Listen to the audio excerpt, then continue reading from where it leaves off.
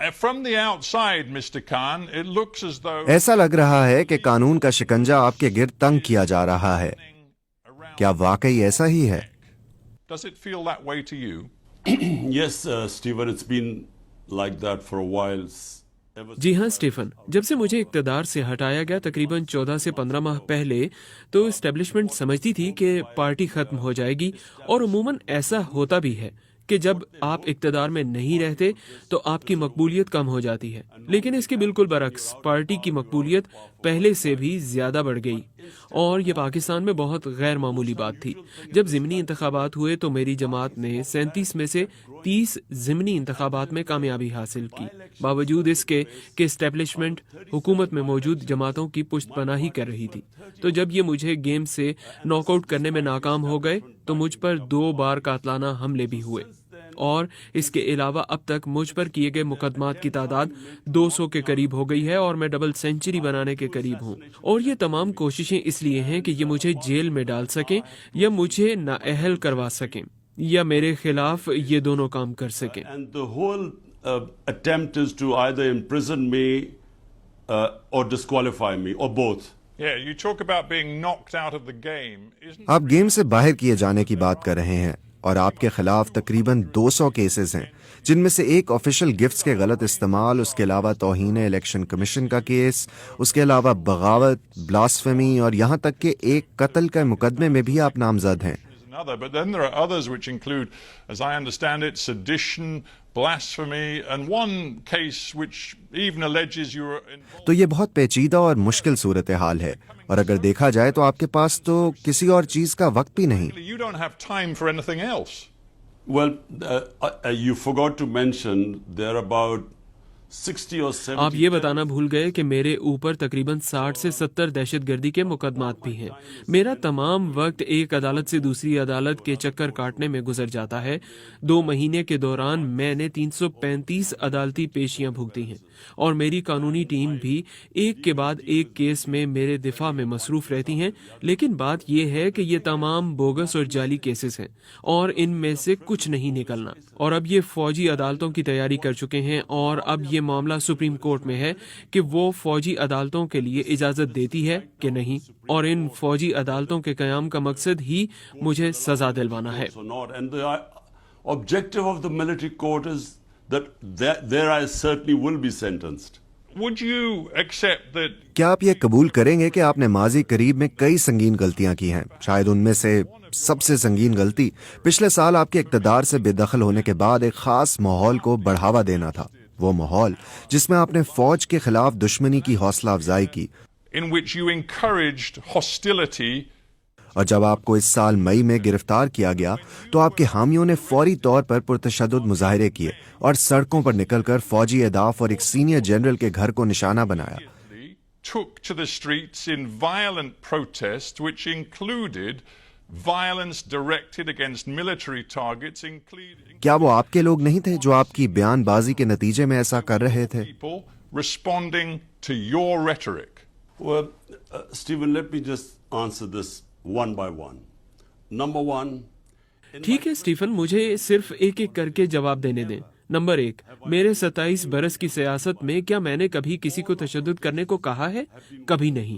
ہمارے تمام احتجاج آئین کے اندر رہتے ہوئے پرامن رہے ہیں. احتجاج کی اجازت تو ہمیں آئین نے دی ہے. جب ہمیں کوئی ناانصافی محسوس ہوتی ہے تو احتجاج کرنا ہمارا حق ہے، اور وہ ہم نے کیا ہے. ہم نے 126 دن کا اب تک کا سب سے طویل احتجاج کیا، اور ایک بھی تشدد کا واقعہ سامنے نہیں آیا. تمام پرامن احتجاج تھے. ہم احتجاج کرتے تھے اور واپس چلے جاتے تھے. تو یہی بات ہے جو عدالتوں کے 2 فیصلوں نے اب بھی ثابت کی ہے کہ ہم اس میں ملوث نہیں تھے. ہم سمجھتے ہیں کہ ان پرتشدد کارروائیوں کی آزادانہ تحقیقات ہونی چاہیے ان 4 مقامات پر جہاں پر آگ لگانے کے واقعات ہوئے. None of us were involved in any of violence.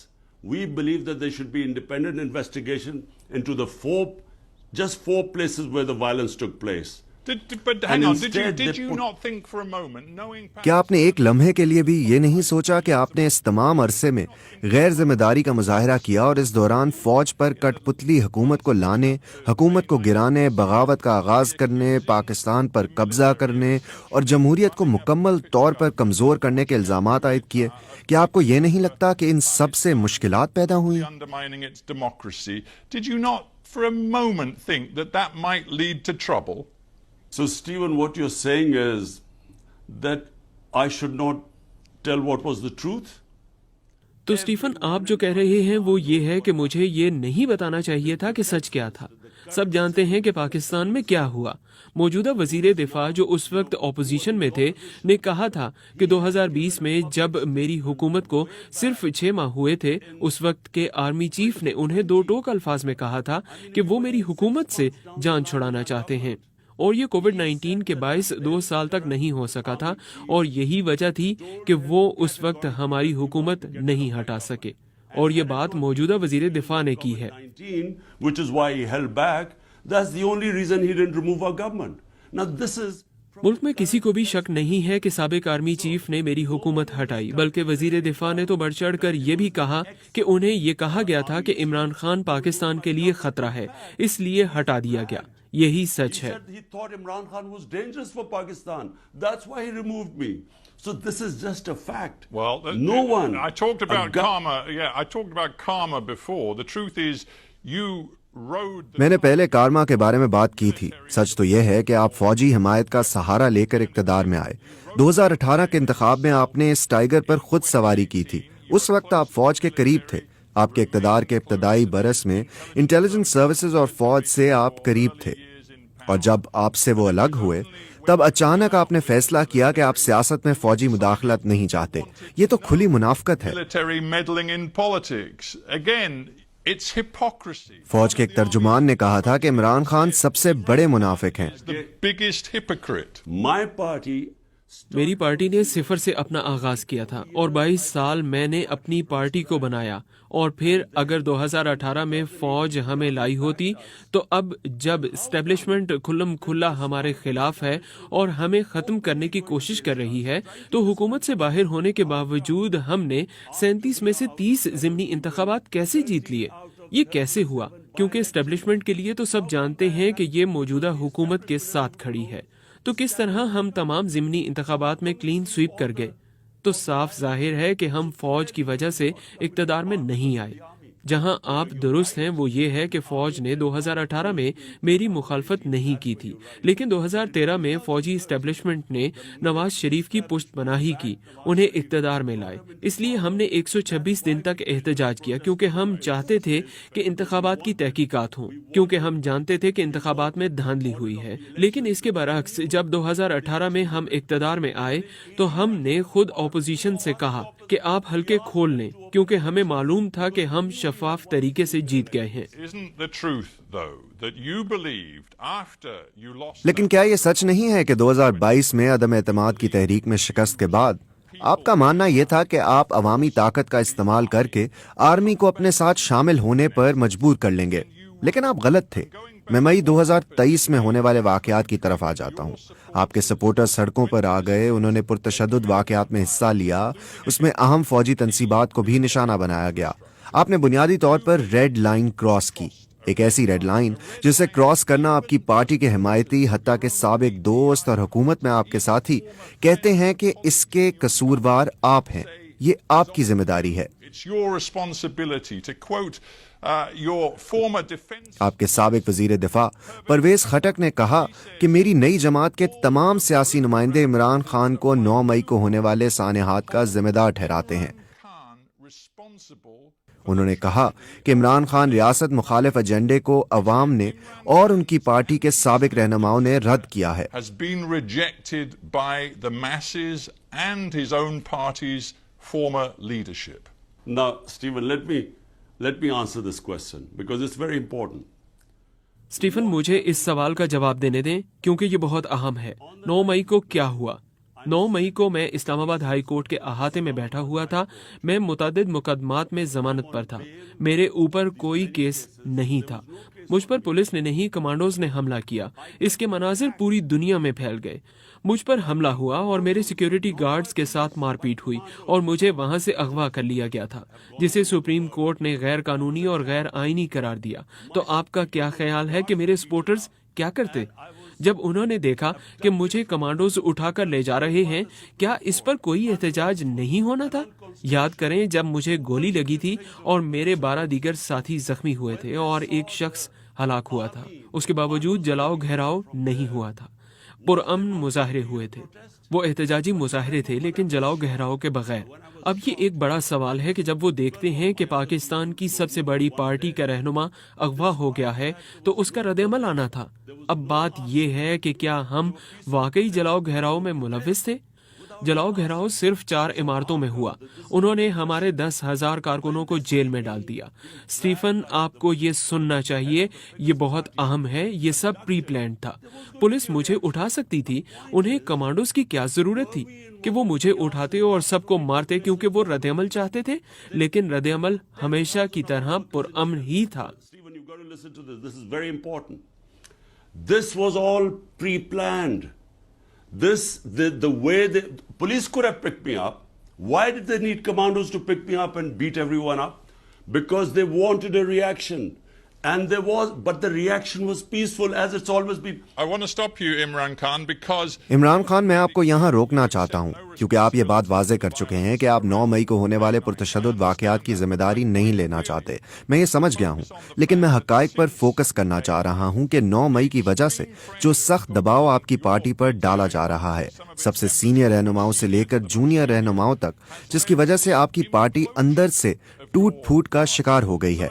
आपके सबसे सीनियर साबिक साथी फवाद चौधरी, परवेज खटक, जहांगीर तरीन, इन सब ने पार्टी छोड़ दी है। कुछ ने नई सियासी जमातें बना ली हैं। आपकी जमात का जैसे अब वजूद ही as नहीं it रहा। was, frankly, no longer exists. If my party doesn't exist, why don't they announce elections?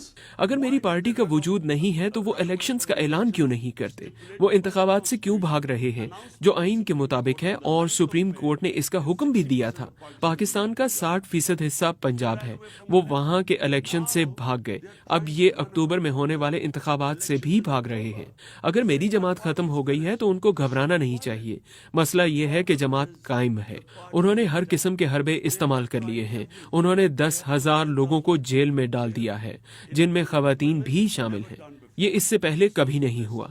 और इससे भी बदतर बात यह है कि उन्होंने लोगों पर जेर हिरासत टॉर्चर किया है। इस मुल्क की तारीख में ऐसा कभी नहीं हुआ। तो दबाव में आकर कुछ लोग छोड़ गए हैं, लेकिन अक्सरियत लोग छुपे हुए हैं। मेरी सारी सीनियर लीडरशिप जिनकी गिरफ्तारी नहीं हुई, उनमें से कुछ छोड़ गए हैं, लेकिन बाकी छुपे हुए हैं। मेरे कारकुन छुपे हुए हैं और चंद लोग और छुपे नहीं हुए, लेकिन हम अपने घरों में तकरीबन नजरबंद Only हैं। one with 1 or 2 other guys who are not in hiding, but we are more or less house arrested. But that's the point. So, That's the point. I mean, Hang on.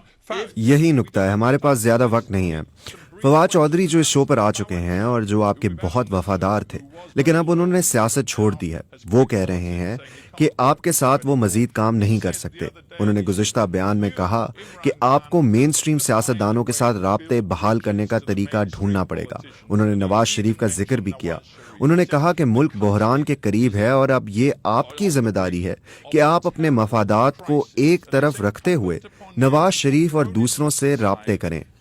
क्या आप ऐसा करने के लिए तैयार हैं? And others. Are you prepared to do that? the fact that the country is on the brink of a major disaster. ये हकीकत है कि मुल्क एक बड़े बहरान के करीब है। हम वाकई तारीख दौर की जानिब बढ़ रहे हैं, क्योंकि बुनियादी तौर पर इस वक्त पाकिस्तान में गैर एलानिया मार्शल लॉ लगा हुआ है। गुज़श्ता 20 बरस में मुल्क जमहूरी निज़ाम की तरफ चलने लगा था, लेकिन एकदम से ऐसा नहीं रहा। कोई ऐसा मीडिया नहीं जो आज़ाद हो, और वो अदलिया को अपने काबू में लाने की कोशिश कर रहे हैं। तो हम तारीख दौर की जानिब जा रहे हैं। लेकिन इसका हल क्या है? क्या हल ये है कि इन लोगों से हाथ मिला लिया जाए जिन्होंने इस मुल्क को 30 बरस तक लूटा? मैं सियासत में इसलिए नहीं आया था क्योंकि 2 खानदानों ने हमारे मुल्क को माशी तौर पर बर्बाद किया था। میں اس لیے آیا تھا کیونکہ میں طاقتور لوگوں کو قانون کے گھیرے میں لانا چاہتا تھا. اسی وجہ سے میری پارٹی کا نام تحریک انصاف ہے. اور کیا اب مجھے ان لوگوں کے ساتھ شامل ہو جانا چاہیے جو اس ملک میں قانون کی حکمرانی کو تباہ کرنے کے ذمہ دار ہیں؟ کیوں؟ تاکہ مجھے اقتدار ملے؟ اس سے بہتر ہے کہ میں اپوزیشن میں ہی رہوں. What for? To come into power? I'd rather not come into power.